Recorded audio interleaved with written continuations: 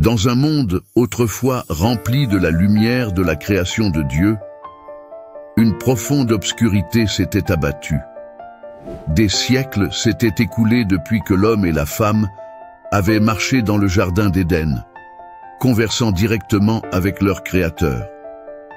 Mais maintenant, les hommes avaient tourné le dos à Dieu. La terre entière, autrefois un lieu de vie abondante et de communion avec le divin, était maintenant un théâtre de violence, de cupidité et de désespoir. Les hommes ne respectaient plus les lois divines inscrites dans leur cœur.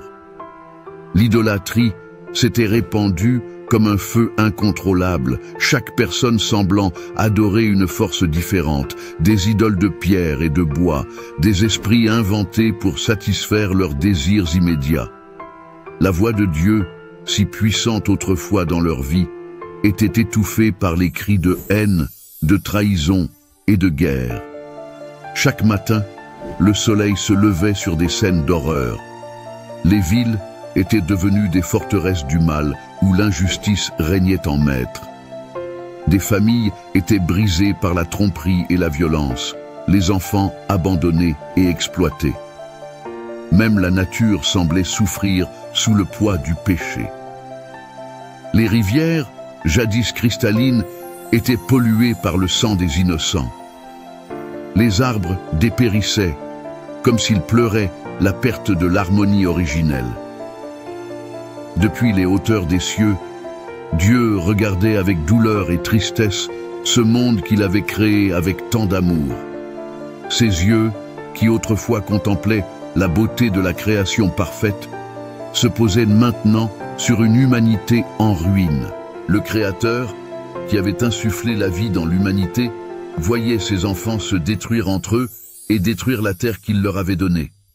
Chaque acte de violence, chaque mensonge, chaque trahison semblait ajouter à la douleur infinie de Dieu. Il avait créé l'homme à son image, capable de bonté, de compassion et de justice.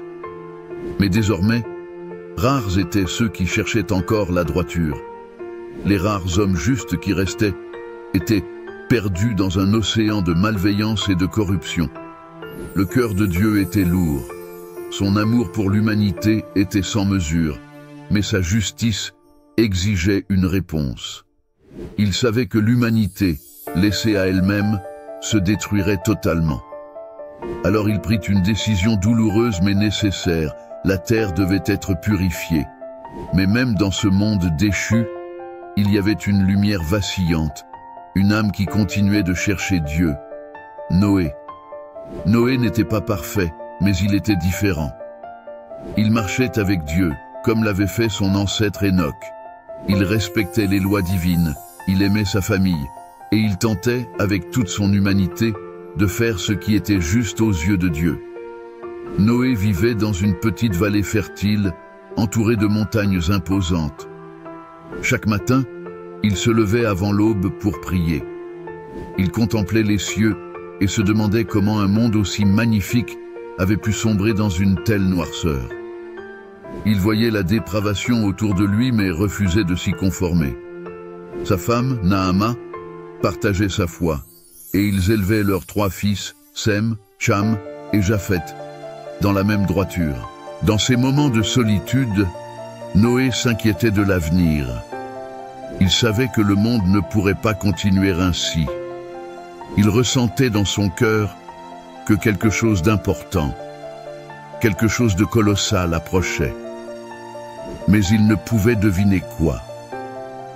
Un soir, alors que Noé s'agenouillait dans la prière, au sommet d'une colline surplombant sa vallée, il sentit une présence. Ce n'était pas la première fois qu'il avait senti la proximité de Dieu dans ses prières, mais cette fois-ci, c'était différent. L'air autour de lui semblait vibrer d'une énergie divine. Noé, le cœur battant, écouta attentivement. La voix de Dieu résonna alors dans l'âme de Noé, douce mais puissante, comme le grondement d'un orage lointain. Noé, homme juste parmi les hommes, j'ai vu la corruption de la terre, et il ne reste plus que toi et ta famille qui marchent dans mes voies. le temps est venu pour moi de purifier la terre. » Les mots frappèrent Noé comme une révélation. Il avait toujours su que le mal rampant autour de lui ne pouvait pas continuer sans fin. Mais entendre la déclaration de Dieu le remplit à la fois de crainte et de gratitude. Dieu continuait. « J'ai décidé de détruire tous les êtres vivants, car la terre est remplie de violence à cause d'eux. Mais toi et ta famille, vous trouverez grâce à mes yeux. Je vais te donner des instructions, et par elles, tu seras sauvé. » Le cœur de Noé battait à tout rompre. « Seigneur, que dois-je faire ?» demanda-t-il humblement. « Construis pour toi une arche, dit Dieu. Une grande arche faite de bois résistant. Elle mesurera 300 coudées de long, 50 coudées de large et 30 coudées de haut.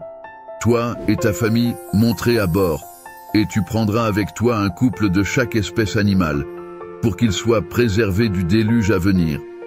Je vais faire tomber une pluie torrentielle qui inondera toute la terre, mais toi et tous ceux que tu emmèneras à bord de l'arche, vous serez sauvés. » Noé était abasourdi. L'idée de construire un navire aussi gigantesque semblait impossible. Mais il n'hésita pas. Si Dieu lui donnait une tâche, c'était pour une bonne raison, et il devait lui obéir. « Je ferai tout ce que tu me demandes, Seigneur, » répondit-il avec foi. Noé retourna chez lui cette nuit-là avec un esprit lourd mais résolu. Il expliqua à sa femme Naama ce que Dieu lui avait dit. Elle le regarda avec des yeux emplis de crainte et d'espoir. « Comment allons-nous faire cela ?» demanda-t-elle. Noé prit sa main et répondit doucement. « Nous n'avons pas à comprendre tout maintenant. Dieu pourvoira. Nous devons juste obéir. » Ainsi commencèrent les préparatifs pour la construction de l'arche. Chaque matin, Noé se levait avant l'aube pour rassembler les matériaux nécessaires. Il se rendait dans les forêts environnantes, abattant des arbres, élaguant les branches et façonnant les pièces de bois selon les instructions précises de Dieu. Ses fils, Sem, Cham et Japheth, l'aidaient dans cette tâche titanesque, tandis que leur mère et les épouses des fils préparaient les provisions pour leur voyage à venir. La nouvelle de la construction d'un gigantesque bateau au milieu des terres sèches ne tarda pas à se répandre dans la région. Les voisins de Noé, incrédules, venaient le voir, curieux de comprendre ce qu'il faisait. « Noé, qu'est-ce que tu fabriques là?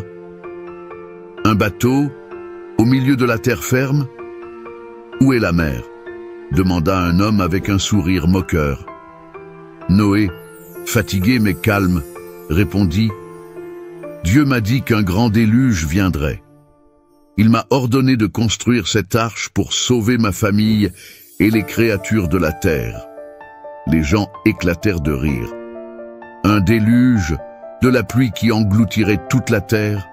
Tu as perdu la tête, Noé. Il n'y a pas eu de pluie depuis des années. Tu te rends compte à quel point cela est absurde? » Mais Noé ne vacillait pas dans sa foi. Il savait que Dieu avait parlé et que ce qu'il disait s'accomplirait, même si les autres ne le comprenaient pas. Les jours passaient, et les moqueries devinrent plus sévères, plus cruelles. Mais Noé restait concentré sur sa mission. Sa famille, bien que parfois effrayée par l'ampleur de la tâche, le soutenait fermement. L'arche était bien plus qu'un simple bâtiment. C'était un symbole de l'obéissance de Noé à Dieu et de la promesse de rédemption. Le jour où Noé commença à rassembler les matériaux, il ressentit un mélange d'excitation et de responsabilité écrasante. Les plans de l'arche étaient clairs dans son esprit. 300 coudées de long, 50 coudées de large et 30 coudées de haut, et il devait utiliser du bois de cyprès, un matériau robuste et résistant à l'eau. Noé, avec l'aide de ses fils, s'arma de haches, de ciseaux et d'outils qu'ils avaient eux-mêmes fabriqués. Ensemble, ils se mirent à couper les arbres majestueux de la forêt qui les entourait. Chaque arbre abattu était un pas de plus vers l'accomplissement de la mission divine. Les premiers jours furent marqués par l'enthousiasme et l'énergie. Les rires et les chants résonnaient alors que la famille travaillait ensemble, mais au fil des semaines, la réalité du travail dura et la fatigue commença à s'installer. Noé, bien que fatigué, s'efforçait de garder le moral de sa famille intact. Il savait que chaque coup de hache, chaque clou enfoncé était un acte de foi et de dévotion. Alors que la construction avançait, Noé se mit à réfléchir aux dimensions gigantesques de l'arche. En effet, il devait non seulement tenir sa famille, mais aussi accueillir un couple de chaque espèce animale sur Terre. Cela nécessitait une planification minutieuse. Comment aurait-il pu concevoir cet immense espace pour accueillir tant d'êtres vivants? Les jours passèrent et les défis s'accumulèrent. Les matériaux de construction ne suffisaient pas. Noé devait voyager de plus en plus loin pour trouver le bois de cyprès requis. Les cieux, autrefois cléments, devenaient parfois menaçants. Et Noé priait Dieu chaque jour pour qu'il lui accorde la force et la persévérance nécessaires pour achever l'œuvre. L'assemblage des parois et des ponts de l'arche était un travail complexe. Noé et ses fils construisaient selon le plan divin, cherchant la perfection dans chaque jointure. Le bruit du marteau résonnait dans la vallée, attirant davantage de curieux. Les rumeurs de l'arche se répandaient, et bientôt les gens commencèrent à se rassembler autour du chantier, devenant à la fois fascinés et déroutés. Un jour, un groupe de voisins, intrigués mais moqueurs, s'avança vers Noé. Ils avaient entendu parler de son projet insensé et ne pouvaient contenir leur hilarité. « Noé !» s'écria l'un d'eux. « Qu'est-ce que tu fais? Construire un bateau au milieu de la terre? C'est une perte de temps. » Noé leva les yeux, mais il ne laissa pas la moquerie l'atteindre. Il savait qu'il avait une mission sacrée. « Je construis l'arche pour préserver ma famille et les animaux, car un déluge viendra, » répondit-il calmement. Les rires redoublèrent. « Un déluge? Qu'est-ce qu'un déluge?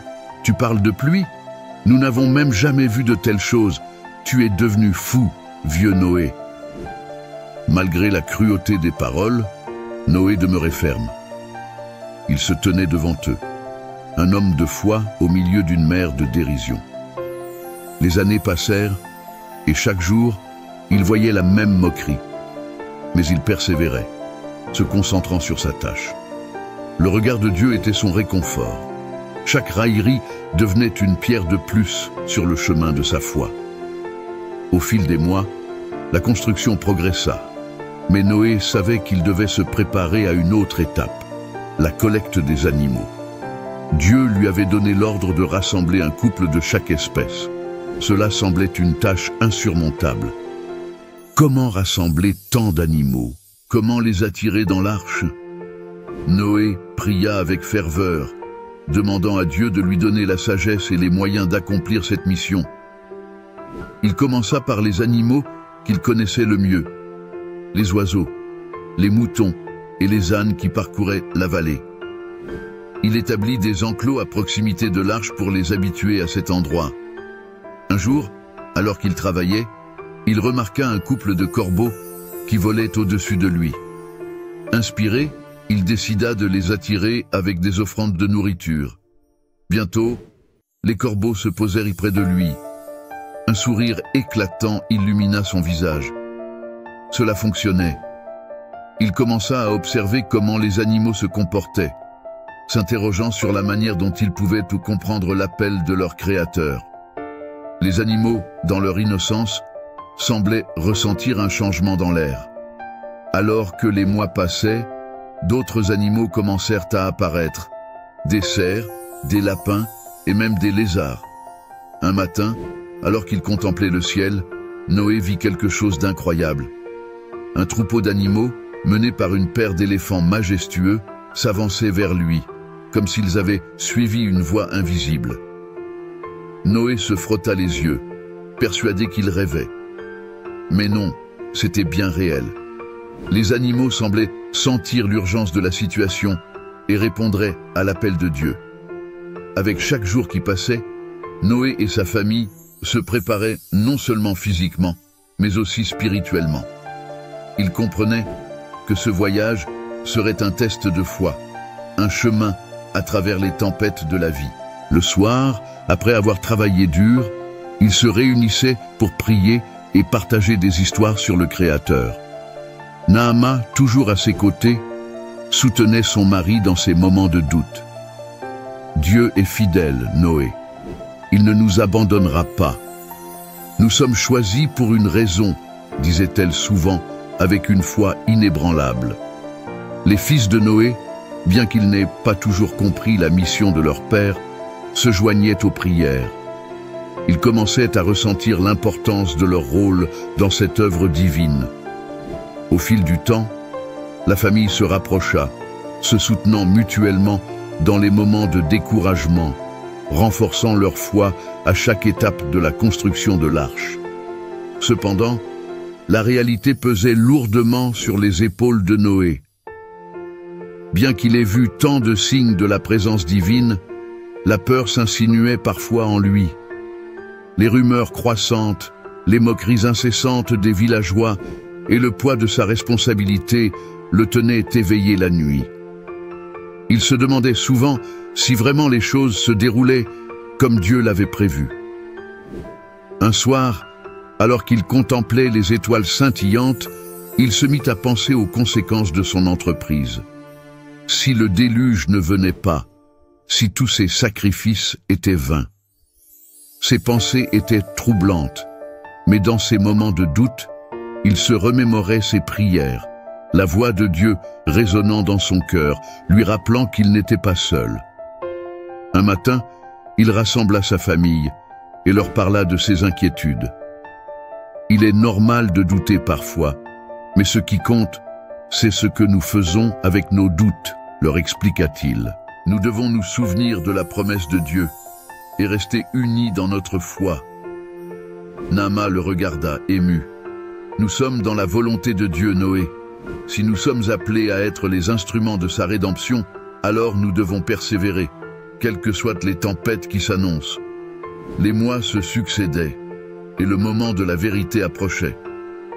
Alors que l'arche prenait forme, la communauté s'étonnait de la taille et de la robustesse de la structure. Chaque planche de bois clouée était une affirmation de la foi de Noé, une preuve tangible de son engagement envers la promesse divine. L'arche était presque achevée, les murs étaient solides, les enclos pour les animaux construits. Noé et ses fils travaillèrent d'arrache-pied jusqu'à la dernière minute. Ils savaient que le temps était compté. Les nuages sombres dans le ciel étaient des présages des choses à venir. Un jour, alors qu'ils se reposaient, Noé se tourna vers sa famille. « Chers enfants, il est temps de prier ensemble et de demander à Dieu de nous guider dans ces derniers moments. » Ils se rassemblèrent dans l'arche et Noé, avec une voix empreinte de conviction, demanda à Dieu de leur accorder la force et le courage nécessaires pour ce qui s'en venait. Après cette prière, quelque chose changea dans l'atmosphère. Une paix profonde envahit l'arche. Noé, en se levant, sentit que leur foi avait été renouvelée. Chaque membre de sa famille savait désormais qu'ils étaient sur le point d'entrer dans une nouvelle ère, une ère de transformation, d'épreuve et finalement d'espoir. Alors que les derniers travaux de l'arche touchaient à leur fin, Noé reçut un dernier message de Dieu. Il lui dit que le moment était proche. La pluie commencerait bientôt, et il devait rassembler sa famille et tous les animaux. Ce fut un moment d'intense émotion. Noé réalisa que leur voyage allait vraiment commencer. Ils se préparaient non seulement à entrer dans l'arche, mais aussi à devenir les précurseurs d'une nouvelle création. Noé savait que ce moment marquait la fin de ce qu'il connaissait et le début de quelque chose de radicalement nouveau. La construction de l'arche était le point culminant de la foi de Noé, mais elle n'était que le début d'un voyage bien plus vaste. Alors qu'il se tenait à l'entrée de l'arche, regardant les animaux se rassembler et sa famille s'y préparer, il comprenait que cette œuvre divine avait été bien plus qu'une simple construction. C'était un acte de foi, un témoignage de la puissance de Dieu et de la résilience de l'humanité face aux épreuves. Cette partie de l'histoire de Noé nous rappelle l'importance de la foi et de la persévérance, même dans les moments les plus difficiles. Elle nous enseigne que même face à la moquerie et au rejet, nous devons rester fermes dans notre conviction et nous tenir près de notre famille et de notre communauté. La prochaine étape de ce récit épique sera le début du déluge lui-même, un moment de jugement et de rédemption qui changera à jamais le cours de l'histoire humaine. Les jours passèrent et les nuages sombres qui s'étaient rassemblés dans le ciel semblaient préfigurer l'événement tant redouté.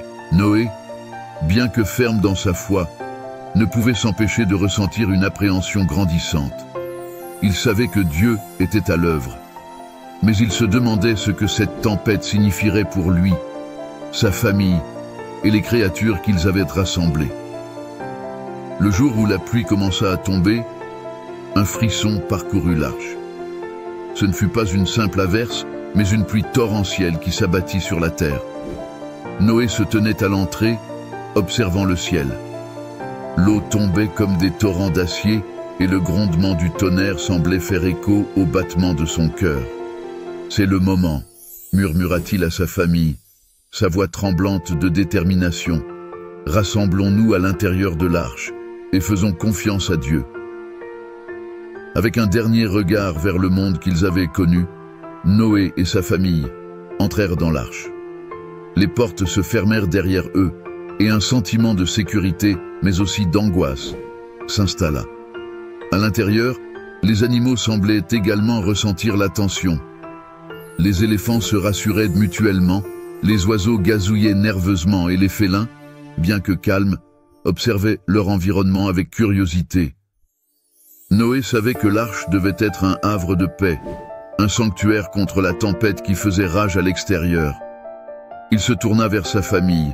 « Restons unis et gardons l'esprit occupé. » Ils se mirent à s'organiser, vérifiant que chaque animal était bien installé dans son enclos et que tout le monde se sentait en sécurité. Au fil des heures, la pluie ne cessait de tomber. Les gouttes s'intensifiaient et bientôt, Noé put entendre le bruit de l'eau qui s'accumulait autour de l'arche. Ce son, à la fois apaisant et inquiétant, lui rappelait à quel point la terre pouvait être puissante. En regardant par une petite fenêtre, il vit les premiers flots envahir la vallée, engloutissant les arbres et les maisons qu'il avait connues toute sa vie. Les jours se succédaient et les eaux continuaient de monter. Un mur d'eau tourbillonnant qui s'étendait à perte de vue. Noé et sa famille s'accrochèrent à leur foi. Chaque fois qu'un coup de tonnerre retentissait, un frisson parcourait l'arche, mais il restait ferme, récitant des prières, chantant des hymnes et se rappelant la promesse de Dieu. Cependant, la vie à l'intérieur de l'arche n'était pas simple. Les animaux, malgré leur nature sauvage, étaient confinés dans des espaces restreints et il y avait des tensions. Les lions rugissaient, les moutons bêlaient d'angoisse et les oiseaux volaient en cercle, effrayés par le bruit de la tempête. Noé, avec sa sagesse, comprit que la gestion de ce chaos était tout aussi cruciale que la construction de l'arche elle-même. Il se mit à travailler avec ses fils pour établir un calendrier de soins pour chaque groupe d'animaux, veillant à ce que chacun reçoive suffisamment de nourriture et d'attention. Ils établirent des routines, faisant de leur mieux pour apaiser les peurs et les tensions qui pouvaient surgir. Les nuits étaient particulièrement difficiles. Les hurlements du vent et les éclairs illuminant le ciel transforma l'intérieur de l'arche en un lieu de tempête. Mais Noé et sa famille se soutenaient mutuellement, s'assurant que personne ne se sente seul dans ces moments d'angoisse. Un soir, alors que la pluie battait toujours aussi fort, Noé se trouva assis seul sur une caisse en bois, observant les animaux qui s'étaient finalement calmés. Dans cet instant de solitude, il commença à réfléchir à l'humanité, à la décision de Dieu de détruire toute vie sur terre. Il se remémora les visages de ses voisins, ceux qui avaient ri de lui, ceux qui avaient choisi de rester dans leur méchante ignorance. Une tristesse profonde l'envahit. « Seigneur, qu'est-ce qui les a poussés à ignorer tes avertissements ?» se demanda-t-il à voix haute, se sentant un peu coupable d'être sauvé alors que tant d'autres luttaient à l'extérieur. Il se mit à prier, demandant à Dieu de ne pas perdre espoir pour l'humanité. « S'il te plaît, préserve la mémoire de leur existence. Donne-leur une chance de rédemption, même au-delà de cette tempête. » Les jours se transformèrent en semaines. Les eaux continuaient de monter et l'arche, en flottaison, voguait sur ce vaste océan devenu le reflet de la colère divine. Noé commençait à perdre la notion du temps. À l'extérieur, le monde tel qu'il le connaissait avait disparu. Les montagnes avaient disparu sous les flots, et la terre était devenue une mer infinie. Un matin, alors que la tempête faisait rage, il remarqua que la lumière du soleil peinait à percer les nuages sombres. C'était un symbole inquiétant du désespoir qui l'entourait. La faim et la fatigue commençaient à se faire sentir dans l'arche. Noé savait qu'il devait agir rapidement. Malgré la situation difficile, Noé garda espoir. Il s'était promis de protéger sa famille et de veiller sur toutes les créatures. Il se leva chaque matin, déterminé à prendre soin de son entourage, à les encourager et à les rappeler que le déluge n'était pas la fin, mais un nouveau départ. Alors qu'il distribuait la nourriture, il trouva un certain réconfort dans la présence des animaux.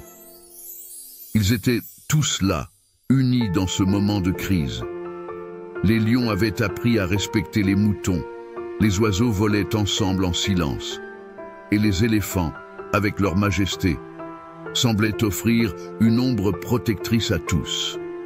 Ce mélange improbable de créatures lui rappelait que la vie pouvait fleurir même dans les circonstances les plus sombres. Finalement, après ce qui sembla être une éternité, le déluge commença lentement à reculer. Noé sentit un léger mouvement de l'arche, comme si les eaux commençaient à se retirer. Il se mit à prier avec ferveur, remerciant Dieu pour la protection qu'il avait offerte. Il savait qu'il devait rester vigilant et prêt à la suite des événements. Un jour, alors qu'il regardait par l'une des fenêtres de l'arche, il aperçut une lumière éclatante percer les nuages. C'était un symbole d'espoir. Noé appela sa famille et leur annonça la bonne nouvelle. « Regardez, le ciel commence à s'éclaircir. » L'espoir renaissait lentement dans leur cœur. Ils savaient que bientôt, ils pourraient fouler de nouveau le sol. Cette partie de l'histoire de Noé illustre la force de la foi face à l'adversité et la résilience humaine dans les moments les plus sombres. Malgré la moquerie, le danger et l'incertitude, Noé et sa famille restèrent unis, s'accrochant à leur foi et à l'espoir d'un nouveau commencement. Le déluge n'était pas seulement une épreuve de survie, mais aussi une leçon sur l'amour, la responsabilité et la promesse de la rédemption. Dans la prochaine partie, nous explorerons la fin du déluge, la sortie de l'arche et la nouvelle alliance que Dieu fera avec Noé et l'humanité. Les jours se succédèrent lentement après le début du retrait des eaux. Le ciel, autrefois sombre et orageux, commençait à montrer des signes de clarté. Les rayons du soleil, longtemps absents, éclairaient enfin l'intérieur de l'arche, apportant une chaleur réconfortante. Noé, debout près d'une fenêtre, observait la transformation du paysage. Le déluge avait emporté la terre, mais au fur et à mesure que les eaux se retiraient, de nouvelles formes de vie émergeaient. À l'extérieur, la surface de l'eau scintillait comme un miroir, reflétant les nuages cotonneux qui flottaient paresseusement dans le ciel. Les montagnes, cachées sous les flots, commençaient à se dresser de nouveau, offrant une vision de ce que serait la terre après la tempête. Un mélange d'excitation et de soulagement emplissait le cœur de Noé. Pour la première fois depuis longtemps, Noé prit le temps d'observer les animaux. Malgré l'enfermement prolongé, ils avaient conservé une certaine sérénité. Les oiseaux, habituellement vifs et actifs, commençaient à se rassembler près des ouvertures de l'arche, appelant l'un à l'autre avec des chants mélodieux. Les éléphants, majestueux, se tenaient près de la trappe, comme s'ils anticipaient le moment où ils pourraient à nouveau marcher sur la terre ferme. « Un nouveau monde nous attend », murmura Noé à sa famille, son visage illuminé par l'espoir. La promesse de Dieu est sur le point de se réaliser. Soucieux de savoir si la terre était vraiment prête à les accueillir, Noé prit une décision audacieuse. Il s'agissait d'un acte de foi. Il allait envoyer un oiseau pour explorer le monde extérieur. Après avoir pris soin de quelques provisions, il attrapa une colombe. Il l'examina avec tendresse, comprenant la responsabilité qui pesait sur ses épaules. « Va, petite colombe, dit-il, la regardant dans les yeux. « Ramène-moi des nouvelles de la terre. » Il ouvrit une des fenêtres et libéra la colombe dans le ciel. Les membres de sa famille se rassemblèrent autour de lui, leur cœur battant à l'unisson, chacun espérant que cet acte simple pourrait apporter des nouvelles de la liberté. Les secondes passèrent comme des heures. La colombe tourbillonna dans les airs avant de disparaître au-delà de la portée de leur vue.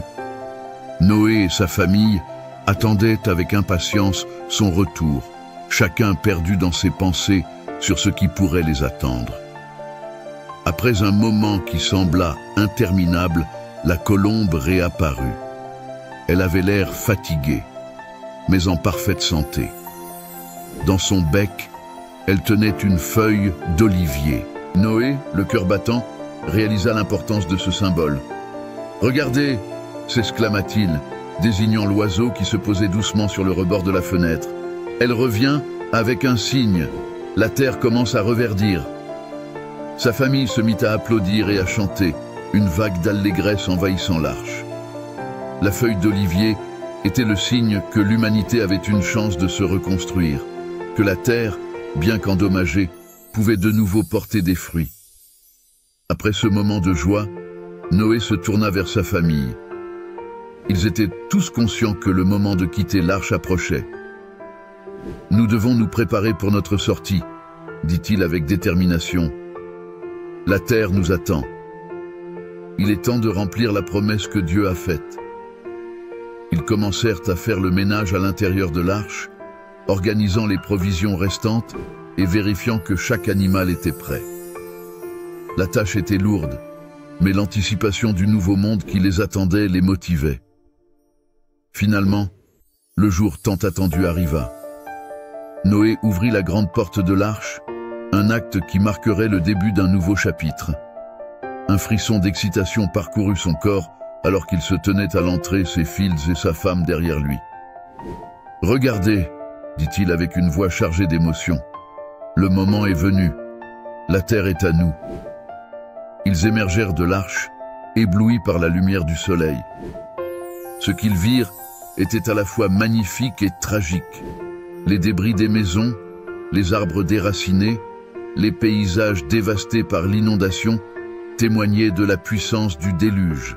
Mais, à travers tout cela, la terre commençait à montrer des signes de renaissance. Des brins d'herbe jaillissaient entre les décombres, et la terre, bien qu'endommagée, avait un parfum frais, celui d'un nouveau départ. Noé se mit à genoux sur la terre humide, les larmes aux yeux. Il remercia Dieu pour la protection, pour cette nouvelle chance. « Merci, Seigneur, pour cette nouvelle vie », murmura-t-il. Sa famille l'entoura, unissant leurs voix dans une prière de gratitude. « Nous allons bâtir un monde nouveau, un monde de paix et de respect, » déclara Noé avec ferveur. « Nous ferons tout pour respecter ta volonté. »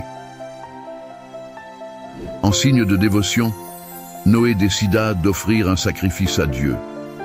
Il prit quelques animaux parmi ceux qui se trouvaient dans l'arche et les offrit sur un autel fait de pierre. Le feu crépita et la fumée s'éleva vers le ciel, et Dieu regarda avec bienveillance. « J'établirai une alliance avec vous. entendit Noé dans son cœur, alors qu'un vent doux caressait son visage. Il savait que cette promesse marquait le début d'une nouvelle ère. « Je ne frapperai plus la terre avec un déluge », annonça Dieu, s'adressant à Noé. « Voici le signe de mon alliance, l'arc-en-ciel. Quand je ferai briller cet arc dans les cieux, sachez qu'il est le symbole de ma promesse à l'humanité. » Noé leva les yeux et vit, entre les nuages, un arc-en-ciel éclatant. Les couleurs vives formaient un tableau magnifique, illuminant le ciel comme un témoignage de la grâce divine. Sa famille, émerveillée, se serra dans les bras les uns des autres, unissant leurs cœurs dans cette promesse éternelle. La sortie de l'arche marqua la fin d'un chapitre douloureux et le début d'un nouveau départ. Noé, sa famille et tous les animaux étaient maintenant les gardiens de la terre, chargés de bâtir une nouvelle vie. Leur cœur était rempli d'espoir, de gratitude et de la promesse de rédemption. Dans cette partie de l'histoire, nous avons vu comment la foi et la persévérance ont permis à Noé et à sa famille de surmonter les épreuves les plus sombres, ouvrant la voie à une nouvelle humanité.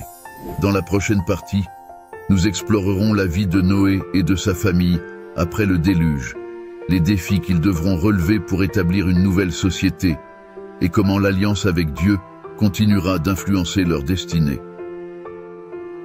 Après la sortie de l'arche, Noé et sa famille se trouvaient dans un monde complètement transformé. L'immensité des paysages, la tranquillité des terres et la promesse d'un avenir meilleur remplissaient leur cœur d'espoir. Mais en même temps, ils faisaient face à un défi colossal, bâtir une nouvelle société à partir des cendres de l'ancienne. Le premier jour, Noé rassembla sa famille autour d'un feu de camp. « Nous avons été choisis pour recommencer », déclara-t-il, sa voix résonnant avec une force tranquille. « Chaque décision que nous prendrons aujourd'hui façonnera le monde de demain. » Les premiers jours furent consacrés à la découverte des ressources de leur nouvel environnement.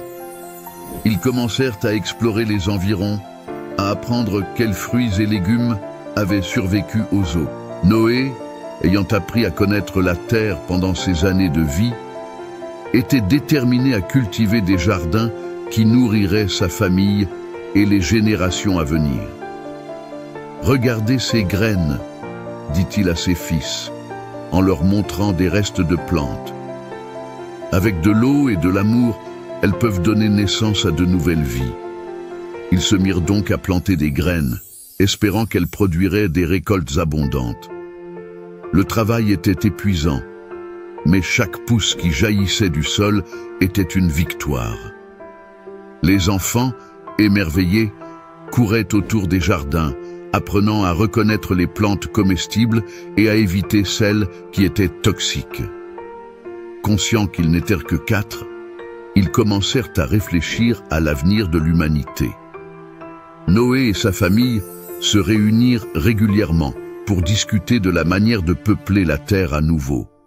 Nous devons être ouverts à l'idée d'accueillir d'autres survivants, proposa sa femme, Naama, un éclat d'inquiétude dans les yeux. La solitude est lourde à porter.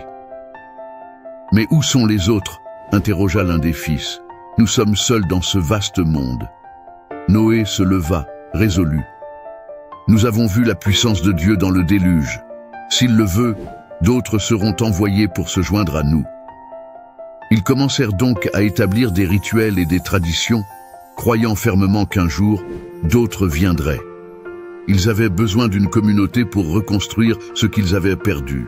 Inspiré par les promesses de Dieu, Noé construisit un nouvel autel, un espace sacré où ils pouvaient prier et rendre grâce pour les bénédictions qu'ils avaient reçues. Chaque jour, ils y apportaient des offrandes, des fruits, des graines et même des animaux, comme un acte de gratitude pour la vie nouvelle qu'ils avaient reçue. Les rituels deviendront une part essentielle de leur quotidien.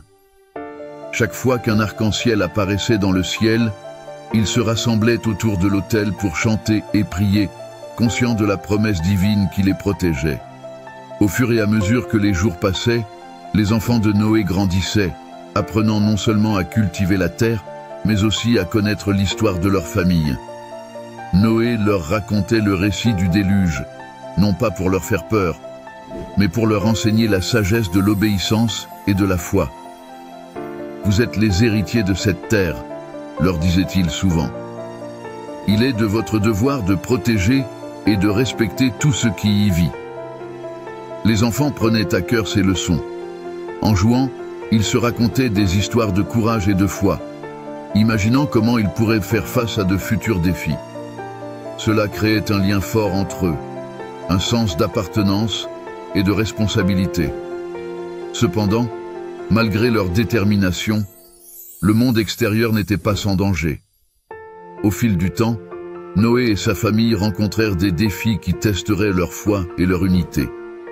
Les tempêtes survenaient encore, des animaux sauvages se faisaient plus audacieux, et le sentiment de solitude pesait parfois lourdement sur leur cœur. « Pourquoi restons-nous ici alors qu'il y a tant à découvrir ?» demanda-t-il, l'enthousiasme vibrant dans sa voix. Sem, son frère aîné, était plus prudent. « Mais nous avons une mission ici, Ham. Nous devons nous assurer que ce que nous avons construit est solide. » Noé les écoutait attentivement, conscient que le moment de la dispersion était inévitable. « Vous avez tous les deux raison. L'avenir nous appelle. Et nous ne devons pas avoir peur de l'inconnu. Mais nous devons aussi honorer notre promesse. » Avec le temps, chaque fils prit son chemin. Sem décida de rester et d'aider à construire la communauté, tandis que Ham et Japheth s'aventuraient plus loin, cherchant de nouvelles terres à peupler. La vie après le déluge était une période de renaissance, d'espoir et de défis. Noé et sa famille avaient réussi à établir une nouvelle vie, s'appuyant sur leur foi, leur résilience et leur détermination. Cependant, alors que chacun prenait son chemin, ils étaient sur le point de découvrir que la vraie épreuve de leur héritage ne faisait que commencer. Dans la prochaine partie, nous explorerons les conséquences de leur dispersion et comment leurs choix affecteront les générations à venir. L'histoire de Noé et de l'arche est bien plus qu'un simple récit de survie face à un désastre naturel. Elle incarne des leçons profondes sur la foi, la résilience, la famille et la promesse divine. À travers les épreuves que Noé et sa famille ont affrontées, nous découvrons l'importance de la confiance en Dieu, même dans les moments les plus sombres. Le déluge nous rappelle que la justice et la miséricorde de Dieu coexistent et que la foi peut triompher de l'adversité. Chaque personnage de cette histoire symbolise des qualités humaines essentielles. Noé, par son obéissance, nous enseigne que la foi authentique se manifeste par des actions. Ses fils, en prenant des chemins différents, illustrent la diversité des parcours de vie et le respect des choix individuels. La renaissance de l'humanité après le déluge nous invite également à réfléchir sur notre propre rôle dans le monde. Nous sommes appelés à bâtir des communautés fondées sur l'amour, le respect et la responsabilité envers la création divine. Nous devons apprendre à vivre en harmonie les uns avec les autres et avec notre environnement, protégeant la beauté de notre monde tout en célébrant la vie qui y foisonne. Enfin, l'histoire de l'arche de Noé nous rappelle que, même au milieu du chaos, il existe toujours l'espoir d'un nouveau commencement. La promesse de Dieu, symbolisée par l'arc-en-ciel, nous assure que, malgré les tempêtes de la vie, nous ne sommes jamais seuls. Chaque jour est une occasion de renouveler notre engagement envers nos valeurs et de construire un avenir meilleur. Nous tenons à exprimer notre profonde gratitude à chacun d'entre vous qui a suivi cette vidéo jusqu'à la fin. Votre soutien et votre intérêt pour nos histoires bibliques nous encouragent à continuer à partager ces récits captivants. Si vous avez apprécié cette histoire, n'hésitez pas à lui donner un like, à partager avec vos amis et à vous abonner à notre chaîne. Cela nous aidera à grandir et à vous apporter encore plus d'histoires inspirantes à l'avenir. Ne manquez pas nos prochaines aventures bibliques, car chaque récit a le pouvoir de nous enseigner, d'élever nos esprits et d'inspirer nos cœurs. Merci encore, et à très bientôt pour de nouvelles histoires qui nourrissent l'âme.